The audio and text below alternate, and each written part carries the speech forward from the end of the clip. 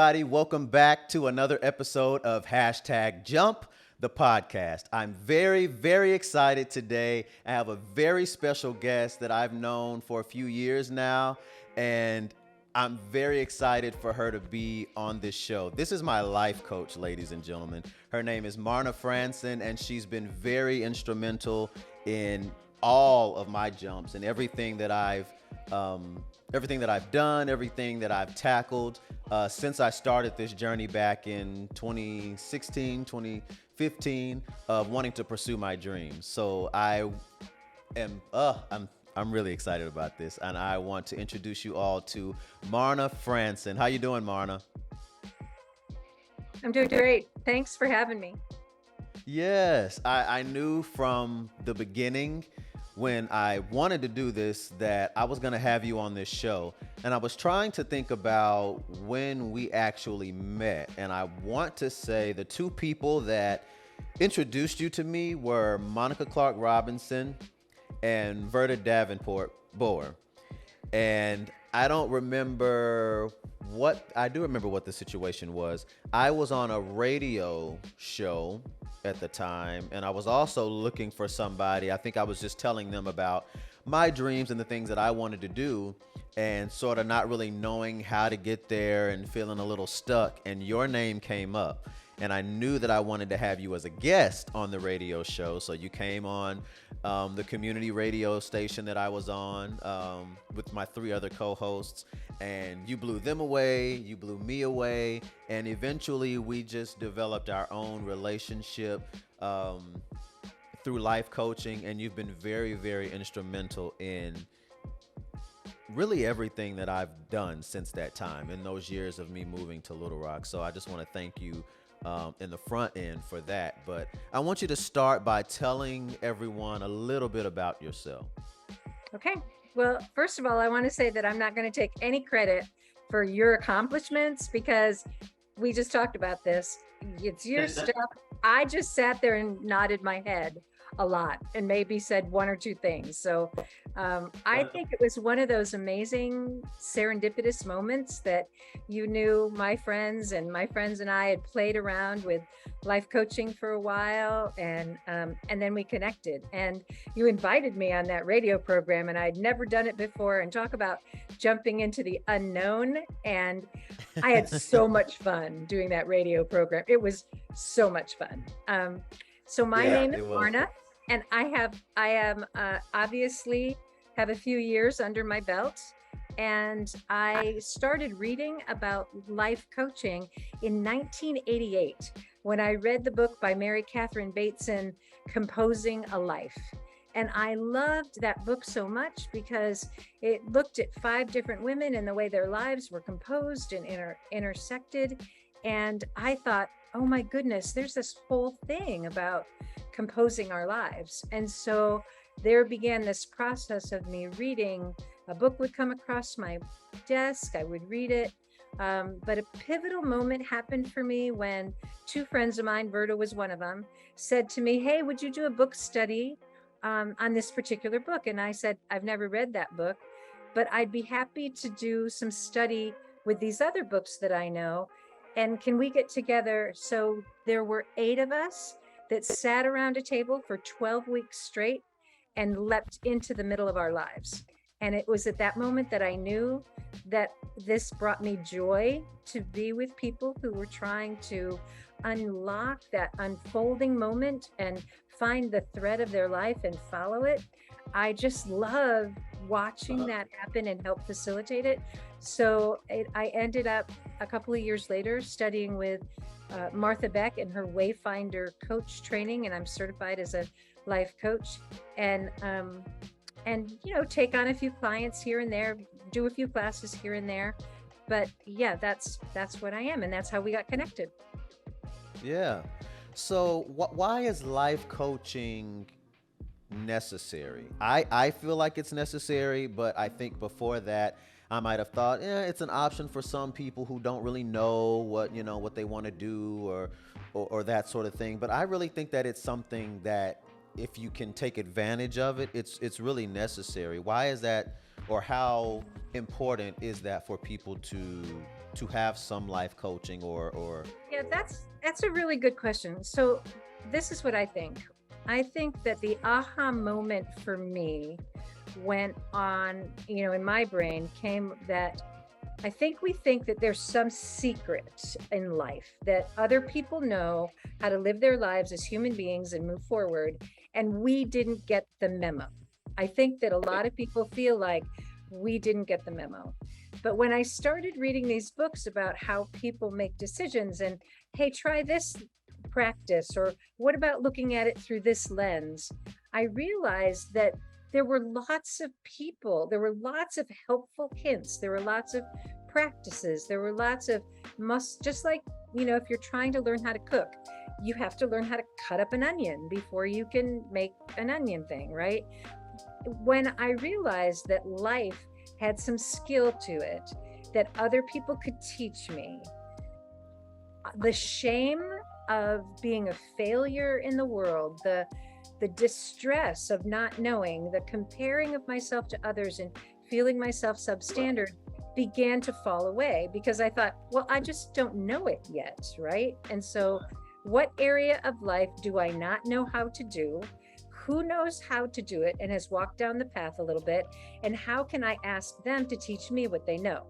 It just really takes away this sort of mystery of, I'm a failure, I don't know what I'm doing, everybody else knows. It's like, okay, if I don't know, let me ask somebody. And right. That's it. I like to take away that sense of inferiority from people, or lack of belovedness, You have a gift of making people feel like they are powerful. And I think that what you just said really speaks to that, because once you are given the tools or, given the help, your life can really ultimately, what I took from all of that, all of our coaching, is that this can look like whatever I want it to look like. It can look like whatever I want it to look like, and it's not necessarily about being a failure or taking away that stigma, but trying different things to see what works for me. And that was a big step for me, because I really felt helpless, specifically as it related to, me sharing that I wanted to move to New York and the dreams that I had to perform and all of that. It just had built from those few years before we'd met to this desire, this burning desire to just get out of Little Rock, Arkansas and pursue the dream, and it was something that just seemed so far out of my reach and something that I just felt like was not going to happen. But you had a way of breaking the entire picture down for me. We talked about this earlier, and I've said it again, like I said to you earlier in this podcast. I was stressed about it. I was anxious about it. Didn't know where to start. There were so many different things that I knew had to happen. I didn't know how they were going to happen, how I needed to approach them. And you sat across from me at that bakery on Kavanaugh. I don't remember the name of it. And you looked and you just smiled. You were calm. You listened, and you said, "You want this to look pretty, don't you?" And it was a moment where I was like, wow, that was an aha for me, because I was like, wow, I don't want to struggle. I don't want this to look bad. I don't want to be looked at as a failure. I don't want people to, see what I'm trying to do and laugh or discourage me from doing it. But you helped me to really see that was possible. And I think that that's a tremendous gift that you have when it comes to life coaching. Huh.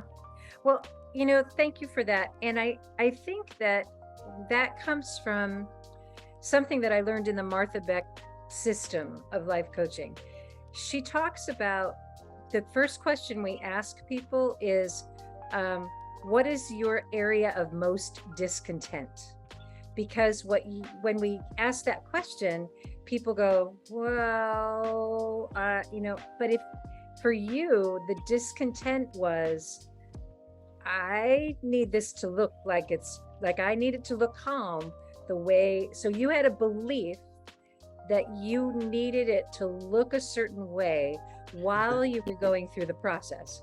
And all I did was help identify Yeah.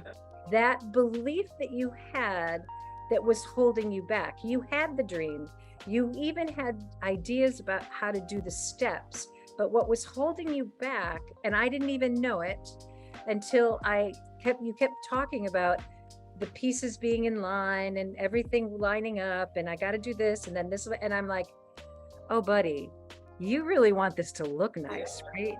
and and I think the reason why that worked for you is that we were deconstructing that seminal, that belief that probably held you back in a lot of different areas in your life. I need this to look pretty, Oh, I for need sure. that to look pretty. And so once you gave up having it look pretty, then you just took off. Like it was like, okay, now I know how I'm going to sell my car, and I know how I'm going to move, and Yeah. I know that I can get my job to do this, and I can like, now it wasn't that you weren't scared, but then you could do it one little bit at a time. Mhm.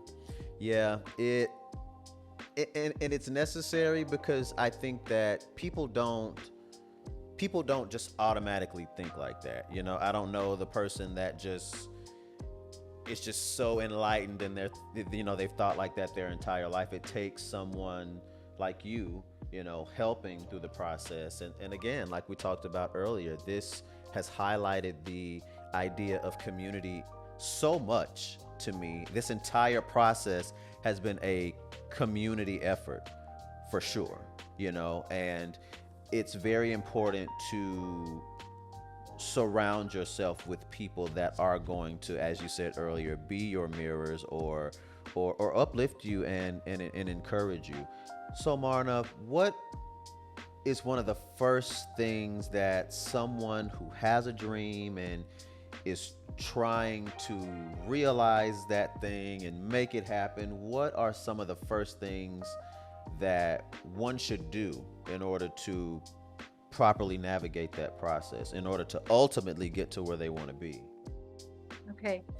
So I wrote this morning, I was thinking about this. I was thinking, what might I be asked, and should I be prepared for this? So what I think first off is we have to, it is helpful to have a set of practices or a practice where we return to ourselves for catching those thoughts that I was talking about, for the unfolding of things. So, Julia Cameron, in her book, The Artist Way, talks about morning pages. This happens to be the practice that I use. Other people use meditation, other people use running, other people use drawing or painting or singing, but we all need a place to come to where we record the ongoing journey that's coming from within. So for Julia Cameron, she says morning pages, which is you write freehand every day, 3 pages, a certain amount of pages, and you don't look at it, you don't analyze it. It's a way of coming back to yourself. I think that's number one, is do we have a place where we're listening to what is arising from within? Do we have a place that's listening, that's a listening place? Um, Yes. I think that's number one. Um, and then the other steps kind of follow from that. There's some very practical things. What I was doing with you was catching your thoughts. Can we catch our thoughts, the thoughts that are holding us back? Can we catch them and twist them? Byron Katie is the one that wrote the book The Work, and she talks about our inner dialogues. Like, what are our inner dialogues doing? We think that getting ahead means finding the right opportunity, finding the right system. But when we begin to do the inner work, what happens, and you saw this over and over again, things appear to us as we're listening. So as we're listening, the next step appears. I was Yeah. just one of the next steps that appeared in your life. You had started this process way before you met me, but I was one Yeah. of the next steps. And it's interesting because you met me because you wanted a guest for the radio program, not really Yeah. knowing that I was going to end up being a coach for you. So something that Yeah. you were already doing and you got me in order to help with that, open the next step for what you needed for support. And our Yeah. lives are kind of like that puzzle, right? But are we paying attention? Are we paying attention? Like somebody Yeah. said to me that if we just open a notebook and write down every day the top 10 things that we want to happen in our lives, that's it. The top 10, a list of 10 every day, it can drastically change our lives. Oh my. That takes what? Yeah. 2 minutes? Yeah. Not long. Do we have 2 minutes for ourselves? Do we have 2 minutes for our unfolding life? You know, the best practice is one that we'll do, not the one that's the most groovy and sexy looking, but it's the one that we'll do. So write down the 10 things that you want in your life. Okay. Okay. Start there. Yeah. It takes tremendous focus and self-awareness. I've never been so in tune with my thoughts or in tune with what I felt and how I was reacting to those things that were coming up in my life, as it related to just specifically the move to New York. And it's such a vulnerable process to sit in that and to really sit in yourself, and really learn what you want, what you don't want, maybe even learn things that you thought were true about yourself but aren't really true at all. And you mentioned about doing the work. Does that ever stop for us in life? It never stops. Thank you that it never stops. I Yeah. mean, just recently in the last 2 days, I've come up with something that I'm very excited about, and I'm going to share it right here because it's my unfolding revelation. Okay. Now, I've been thinking about the 3 C's, and the 3 C's are that can drag me down. And if they drag, one of the things I've learned through life coaching is the most personal is often the most universal. So if I share something that's very personal to me and works for me, I bet it'll work for a lot of people. So the Right. 3 C's are comparison, complaining, and criticism. So when I find myself complaining about something consistently, or criticizing something consistently, or comparing myself to a bunch of people consistently, if one of those things shows up, comparison, complaining, or criticism, I know that that's something that I can pay attention to that will clear the path. And the way to clear Yeah. the path is through clarity. So when I'm comparing myself to somebody, what is the clarity that I'm seeking in my own life about something in me? When I'm complaining about something, do I have the courage to step up and try to address that which I'm complaining about? And if I'm criticizing somebody, usually myself or somebody else or some situation, can I grasp onto the compassion that is needed to turn that around? And once I've started doing that, like this is my new, it's kind of my new play toy in my head. So when I catch myself criticizing something, I go, oh, wait. Criticism. Okay. That means that I need to find compassion. Where's the compassion that I need to counteract this criticism? And do you see what I'm saying? And it's opening up Yes. doors for me of self-awareness, and I'm so less exhausted by the end of the day because Yeah. criticism and comparison and complaining just sucks my energy. But Yeah. compassion, clarity, and courage opens up the door for me to move forward. hmm why is it so hard to get rid of those things, when it comes to even wanting to start something, and not worry about um, criticism from others or things of that nature? Why is it so hard for people to get started? Is it because, day to day we come up with come against so many external factors, or that really influence how we feel about ourselves, our lives, the thing that we want to do. Why is it so hard to break those things down? Well, do we have a whole other hour to talk about that? Because that's, I mean, okay, can we talk about the obsession with comparison in social media? Should we talk about the embedded things like racism and sexism and the search for just money, money, like the social conditioning that leads us Yeah. to criticize? Can we, I mean, what you're talking about is a sociological, psychological factor. And I think that's Yeah. why life coaching can help, because we can learn some tricks. Like one of my tricks, and I think, I don't know if I talked to you about it, but I found this critter that is my inner voice of criticism. And I actually just gave it away to somebody who was going away to college. But it was Randolph from Monsters Inc. And Randolph began to be, for me, that voice that said, "Oh, Marna, you are so stupid and you can't do this. And who makes you think that you could? And you are the worst mother in the world and you are blah, blah, blah, blah, blah." And we think we're supposed to argue against that and give Randall some really good reasons why I don't suck at what I do, right? But what I've learned is instead to say, "Oh, Randall, thank you so much for your input. I really appreciate your point of view and that you care about me enough to tell me all the things that I'm doing wrong. And I really will take all that under advisement, but I'm not going to let you drive the bus today. Today, I'm going to hear what you say, but I'm going to choose to go a different way."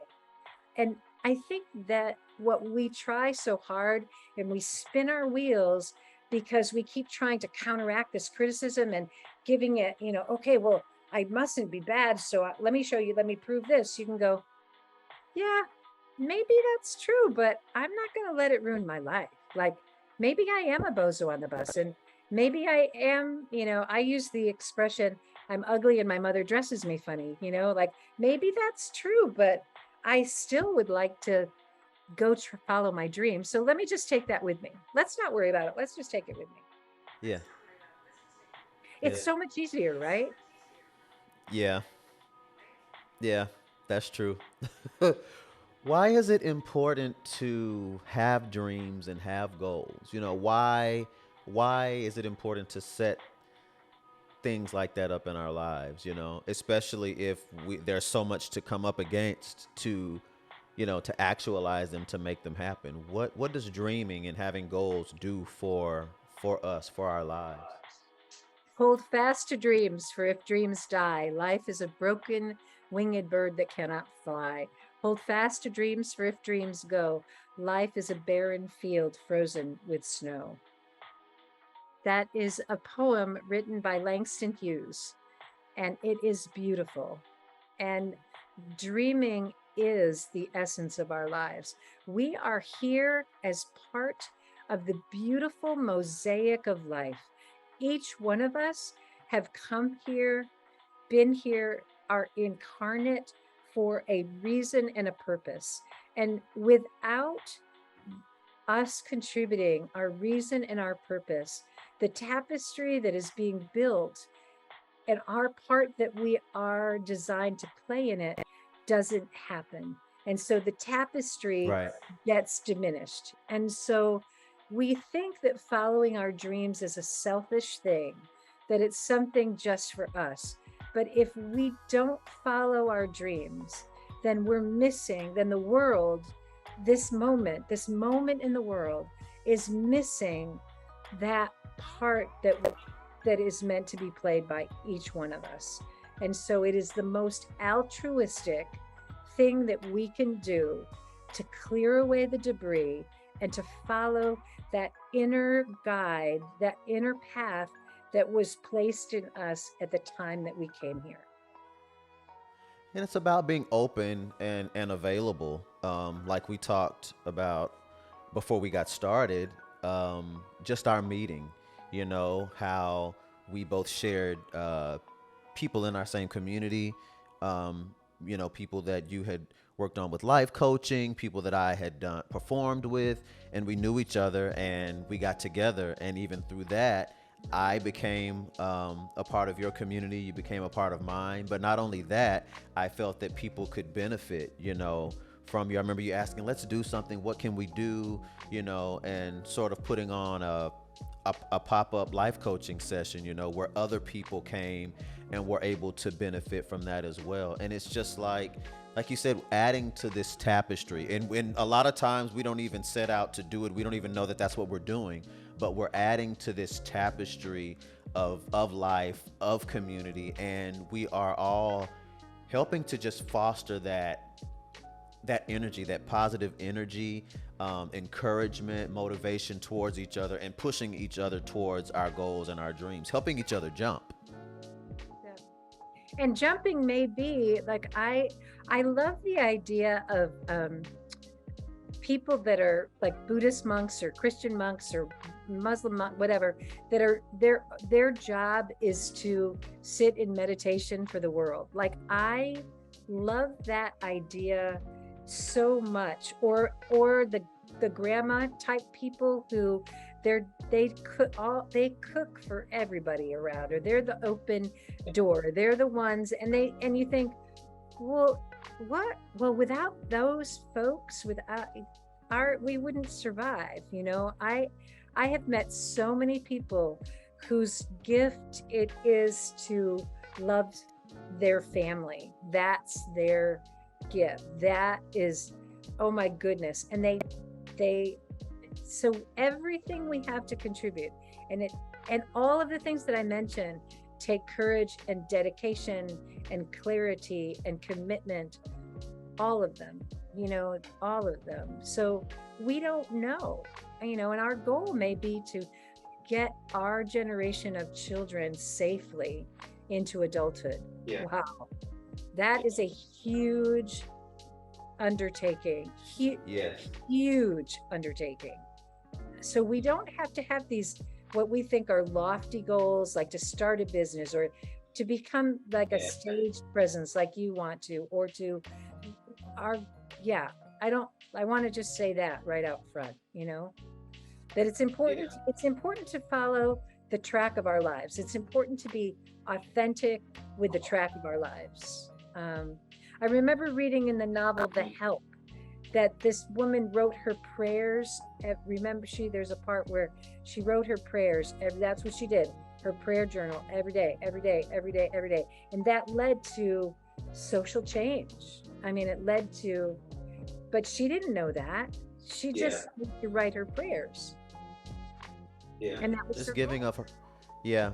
And just, giving of yourself, giving what you have. And I'm so glad that you said that about having the goals and about me even wanting to be a stage presence. Everyone isn't going to, that's not everybody's track, but we can follow our dreams and use these same tools that you might get from someone who's a life coach, and still contribute so much to this world, to our community, to society, not just being a performer, or being that business owner, or having 5 million followers on or Instagram or something like that. It's not so much about the optics of success and what people think that looks like, but that's another part of success that I don't think I've really talked about since we've been on here. Really just knowing who you are, knowing your mind and your heart, and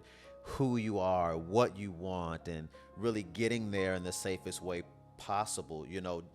Life in general is a jump. This existing from day to day is a huge jump. It is a huge jump. I mean, let's just give ourselves permission to show up. Yes. And that, the other thing, and I'd like to ask you a question. Am I allowed to do this? But I have Yes. so my theory, I have a theory, and my theory is that the profession of life coaching has arisen because the phenomenon of intergenerational small communities are disappearing. So I think that life coaching used to happen when we lived in communities, and Aunt Susie would tell little Mary about how blah blah blah blah blah blah blah, or the grandmother would tell the this person, or Uncle Fred would take my sons out behind, and while they were fixing something, they he would say, "Well, son, what I've learned from life is," but I think that as that has fallen apart, and we are supposed to be in our nuclear families, and we're supposed to be isolated in our own accomplishments, then what has arisen is this whole set of coaching that have come out, when actually that probably would have happened around the dinner table, or it might have happened Yeah. at the picnics that they always had. What do you think about that? I agree with all of that. We were being life coached and didn't know we were being life coached, you know? It does change, I think, with things like social media and technology, and also just with this place that a lot of people are in, just being on the go. We're not addressing our health, our mental health specifically. I know for the African American community, that's been something that's emerged over the last few years of something of great importance, especially for millennials, in going to see therapists or even having life coaches. It's the thing now, not just as a trend, but because people want to be well.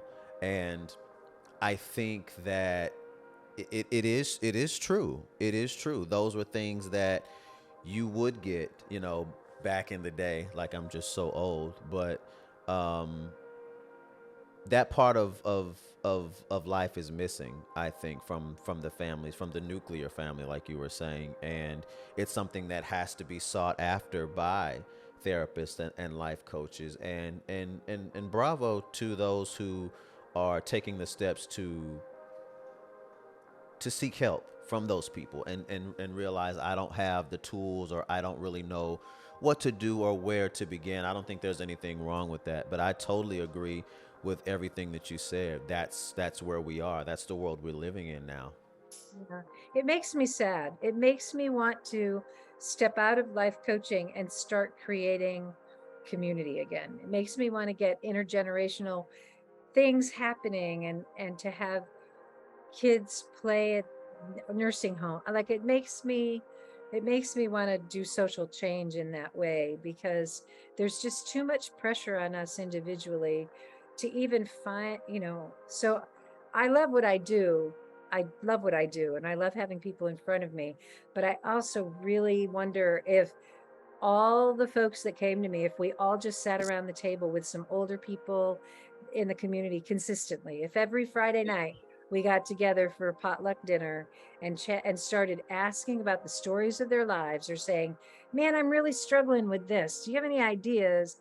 I just wonder what that would do for both ends of the spectrum, because we are not, we're letting the wisdom go away. Yeah. And I so I would love to, maybe that's one of my new metamorphoses for me. Maybe that's one of the things that's beckoning, is just saying that out loud to people. Yeah.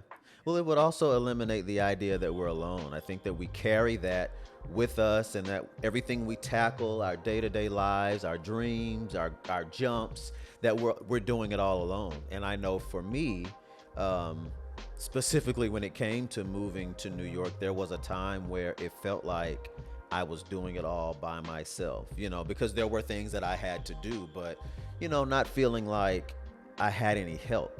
And I think doing the things that you just talked about really would help that, and help foster community, because I think the idea of community, um, just in society, is lost. It's just lost.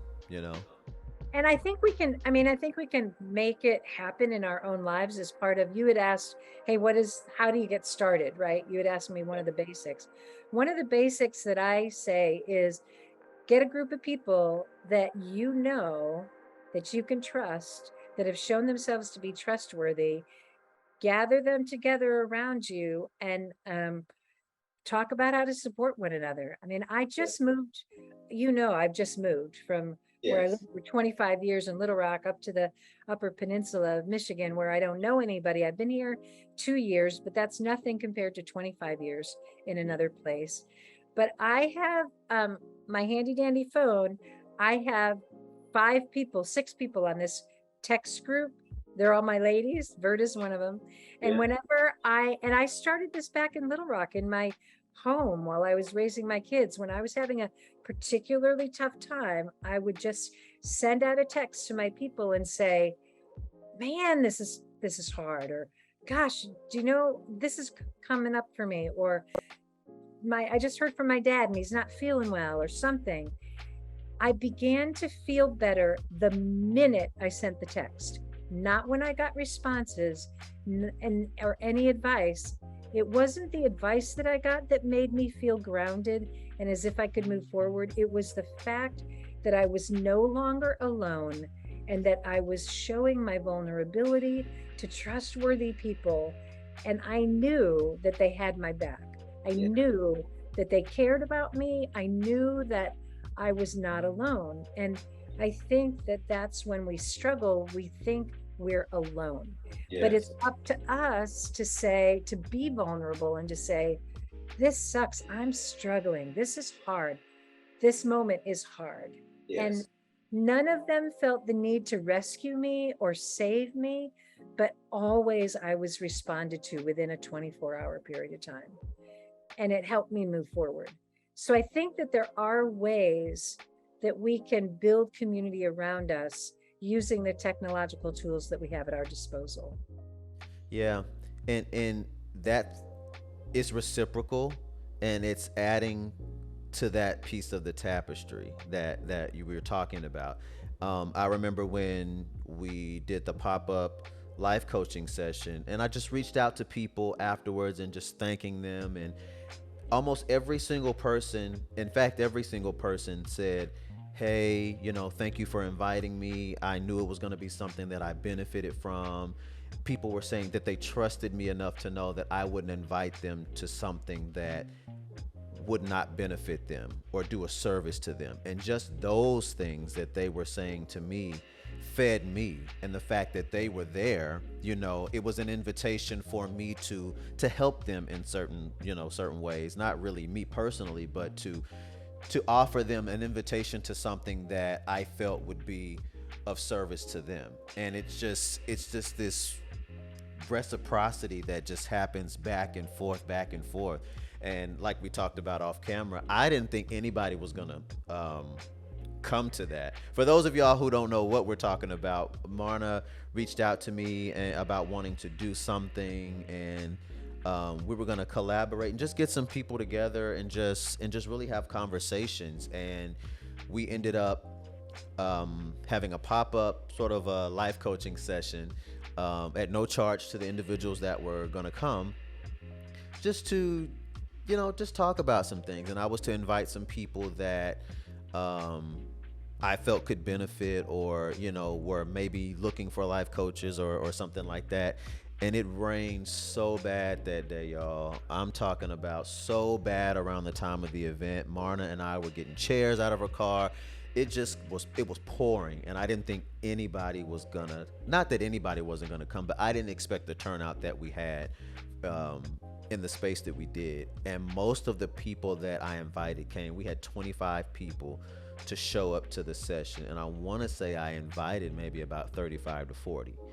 But everybody had great things to say. People were so motivated and positive, and said that was what I needed to hear. Those things that we did, the exercises that we did, just being in the space, the community of people. It was about sort of that universal things that we all had in common, similarities that we had in common that brought us to that space, brought us together. It was like I was looking at all of my worlds come together, theater, church, just friends, people that I had met in the community. And it was an amazing energy. There was just this synergy in the place, and just hearing the conversations that people that I knew had no idea who each other were having conversations. And it that's the kind of thing that we need. And it was amazing. It's a very empowering feeling to feel like you can help people in that way, but also for people to be involved in the process and be helping others, and not knowing that that's what they're doing just by telling their stories or giving of themselves. It's amazing. Yeah, yeah, it was amazing. And I have never done a life coaching class where that has not happened. You get people in the room together to say what they're what they're, you just get them to write down, what are you interested in? Or what are your, I think we started with, what is holding you back from, what is it that you're afraid of when you think of your dreams, what's holding you back? And we put all those sticky notes up on the wall, and then we looked around and we Yeah. realized that everybody else was feeling the same thing that we were feeling. I don't have enough money. There's not enough time. What do I do with my kids? What's going to happen if I take this adventure? I'm feeling unsure. What, like they were the same themes over Yeah. and over and over again. And suddenly all of us individuals no longer were alone with our fears, but we were like, okay, so how do people financially do it? Oh, okay. So Yeah. what can I do with my kids? Can I tell a story about, I'm going to tell a story on Monica if I can. Yeah. I'll Go get ahead. whether Yeah. you get permission or not. But at Yes. one life coach class, this is when Beatrice was little, and Monica was making the change towards being a writer. And she Yeah. had been doing a lot of theater, but she wanted to get into writing. And she came to the class and she said, I just can't. Like, I've got this 3-year-old, and how am I going to write? Like, I don't have time. I'm a full-time mom with her, and I don't know. And so we did this brainstorming session where everything was possible. Just any, put any idea up on the board. And so they're, oh, well, hire a babysitter, or do it at night, or blah, blah, blah. And somebody said, oh, lock the kid in a closet. And so we just went through all the ideas, and we took the most outlandish idea was lock the kid in the closet. And so we said, okay, so let's take this outlandish idea. And what through conversation was discovered was that in their home, they had a walk-in closet that they didn't need, that they could turn into a playroom for Beatrice that she could only use when mommy had writing time. And so it began to be her special place that Monica would put the special things in, and she would get a good 2 hours a day of writing because of this closet. But we would never have gotten there had it not been a group of people concentrating on this one dilemma of this one person, throwing out ideas, and then going back and forth. Well, would this work? And how would this work? And could you lock her in the closet? And what would it look like? It worked. It was amazing. And that's the kind of synergy that happens all the time when you get together and with concern for one another and say, how can we make this happen? Yeah. It sounds very rewarding. It sounds quite, I'm speaking now the job of a life coach, just in hearing so many different things about people's lives, so many different people's lives. It sounds very taxing sometimes, and a hard thing to do, a difficult thing to do. It takes focus and energy to be focused on someone and listening to what they're going through, or listening to their ideas. What does Marna do outside of life coaching? How do you relax, or how do you life coach yourself also, if that makes any sense? Well, thank you. I am learning, as everybody else, what does that have to look like? So what I've realized is that you are right. It takes a lot of energy to do that. So I need a lot of quiet time. Like I need time when I'm not engaging. I do not have a noisy household. I don't play things in the background. I don't have music going. I don't have shows going. I'm very, very careful about this renewal time that I need. I love nature. I love being out in nature. I live on the shores of Lake Superior. So I get out in nature as much as I possibly can. Um, my family and I love to cook. And so I am constantly inventing something culinarily. And that is a really, it's so kind of fun. My obsession right now is trying to learn um, how to cook Indian food because there's no Indian restaurant in Marquette, Michigan. And I'm like, oh Okay. God, I need Indian food. So I've mastered one recipe in the last year. I'm hoping to add another one to my repertoire. Yeah, and can I say that it's not easy for me to pay attention to what I need to do. I have recently gone through a time of real exhaustion, and it took me a couple of weeks of literally resting. And what I've noticed about rest is that it doesn't feel good. What I've noticed Yeah. about rest is that it's painful. It is painful and uncomfortable, and um, I don't know what to do with myself. I don't know how to rest. I'm thinking, well, what do I do to rest? Which is an oxymoron, right? Like Yeah. how, uh, and so, and yet now that I've gotten some rest, I'm amazed at how much more life looks colorful and I can do it again.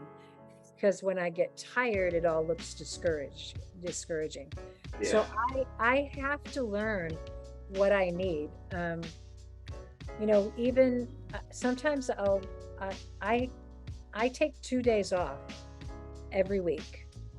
I take 2 full days off.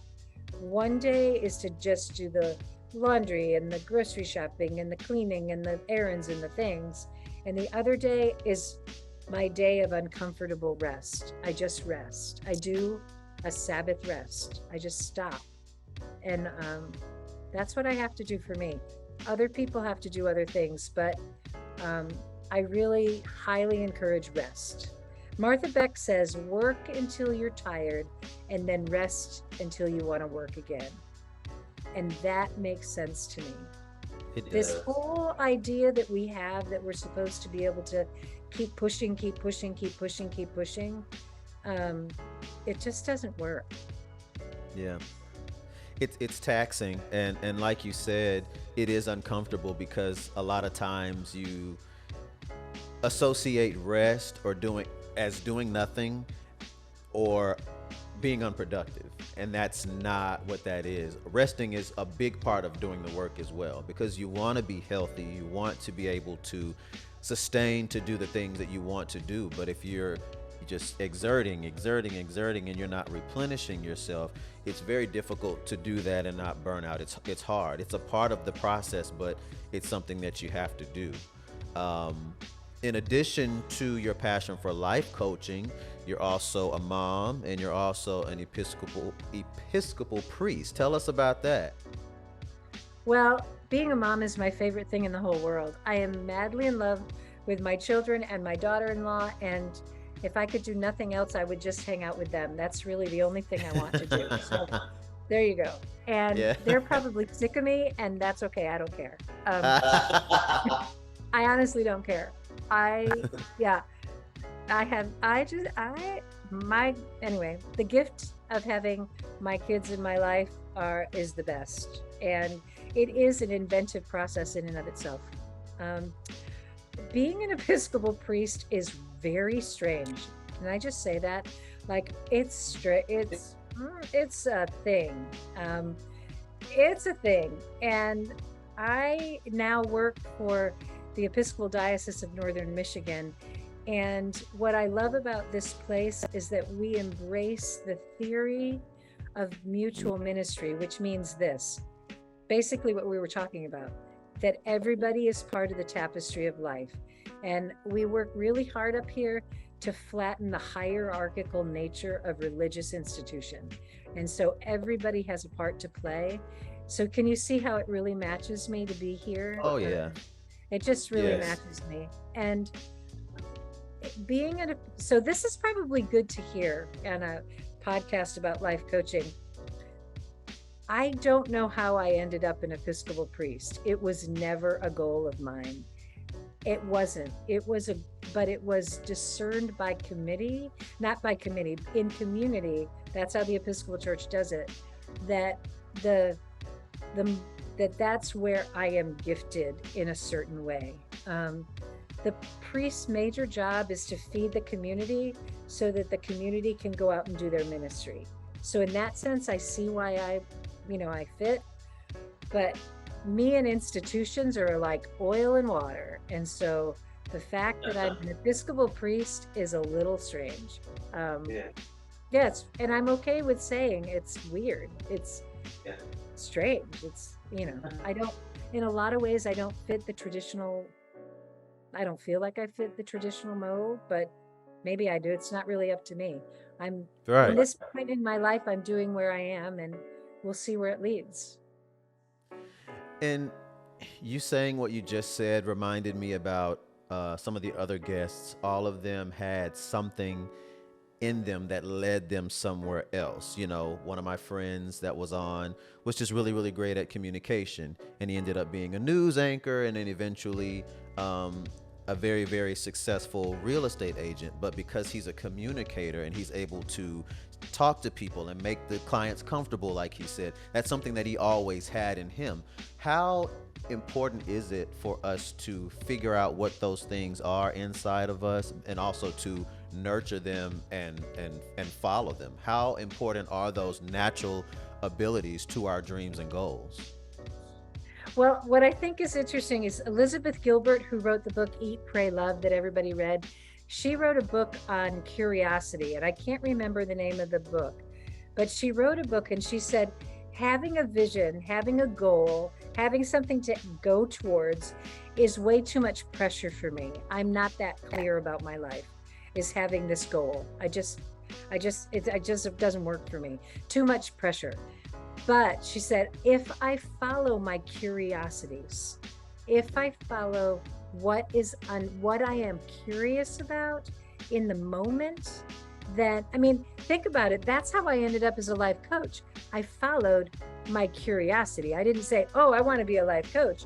I got very curious about the unfolding of people's lives, right? And so now here I am doing coaching. So if we follow, and our curiosities can be really short-lived. Like sometimes I heard a story about somebody that felt like they needed to take this cooking class. And so they were just obsessed with it. So they went to take their cooking class. Well, they ended up meeting their future partner in the cooking class. And that after they met their partner, they no longer wanted to learn how to cook anymore, but they needed to get there for a particular, right? Like, Yeah. you don't know, but I would say that if something beckons, and can I say a little bit about the path of joy and delight? If you are attracted to something because it gives you joy and delight, that's the path to follow. I heard this set of questions that I've begun to use in my life too, which is if you don't know what you want to do, you get at the end of the day, you say to yourself, what was my favorite part of the day today? What was my favorite thing that I did today? And you answer that question. And then you say, well, what was my favorite part about that? And you answer that question. And then you say, what was my favorite part about that? What was my favorite part about that? Until you keep getting the same answer. And that is a way of getting guidance in our lives, you know? For me, how that worked was, what was my favorite thing about the day was often the conversation that I had with the person checking me out at the grocery store, who said that they were trying to do something. And I was like, oh, well, what do you want to do? And we'd be having this conversation in the grocery store. And I realized that conversation about that person's unfolding life was my favorite part of the day. And then I started to try to figure out how to have more structured time when I was talking with people about what was their unfolding life. And hence I become a life coach. Yeah. Wow. Marna, this you're one amazing person. I always feel comfortable with you. I always feel that I can talk to you, and I'm really glad that you could be here on this podcast today. I have a few more things. I just want you to say whatever's on your heart for somebody that really is stuck. They don't know, where to start, or they're fearful of starting. What's one thing that well, I won't say one thing, whatever it is, I want you to say it. What are some things that you want people to take away from this conversation with you today? I want everybody to know that you have within you what you need, and begin to listen to yourself, and it will begin to become apparent the step that you need to. If you're feeling discontent, it's because you are, and that's a gift. Discontentment is not comfortable, but it's a gift. And ask as many people for help as you need. Don't give up. Yeah.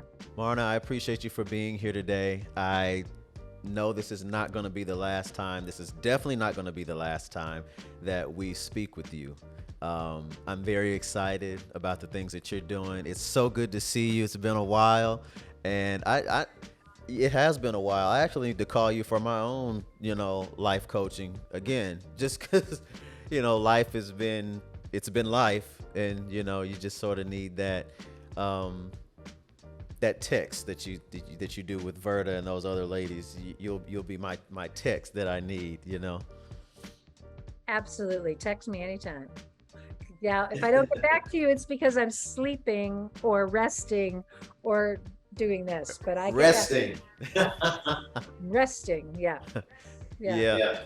Or so playing. I forgot to say a lot about playing. Let's just play.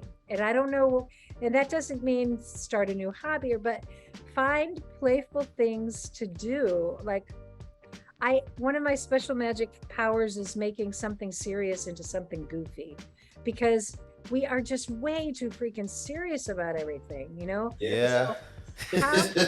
So nurturing a sense of playfulness and playing. This whole cooking thing that I do has nothing to do with eating. It has everything to do with playing. Like, how do we, play, whatever. So, well, Marna, it keeps you, and I've said this earlier on in the podcast when I gave some tips of my own, it keeps you unattached to outcomes. I think it keeps you present in that moment, focusing on that joy, that delight that you were talking about, and just doing it. Just doing it regardless of what happens, whether it's positive, whether it's negative, just enjoying it and doing what you love to do, giving of yourself, and not being so focused on what the end result is going to be. So that's the essence of play. Kids don't care they don't think of the outcome. They're just going to play. They're just going to go play, So I can't believe, I love it when you invite me into your adventures. I do. I love it. Feel free to invite me into any adventure.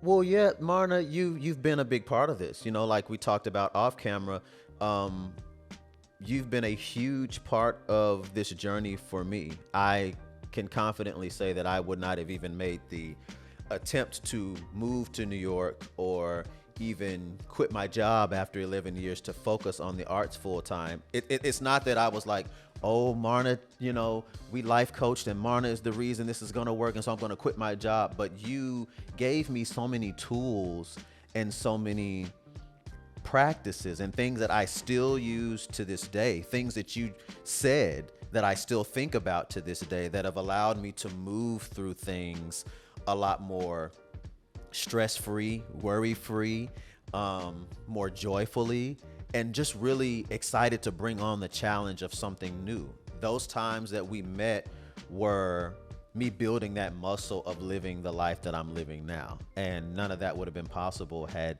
we not met. So again, I thank you. You showed up authentically. I mean, you showed up authentically. You can't go to a life coach and have it and not say what you really need to say. I guess that is the other thing that I would say is, don't go to a therapist, don't go to a helper, don't go to a life coach, and then not say what you need to say. I think coaching and therapy is magic because I'm paying somebody to make me the focus of their attention for an hour. I am their focus of attention. That is, that's what I'm paying for. And so I'm going to say what I need to say. I'm not going to play games. I'm going to say the things that I'm afraid to say anywhere else. And that's what I would, and you showed up like that. You said all the things, which allowed me to be able to go, okay, you want this to look neat. Okay, it's not going to look pretty. But if you hadn't shown me who you were, I couldn't have said that to you, you know? And you have to do that. You have to. That's another big part of it, even with having a dream or following a dream, it has to be yours.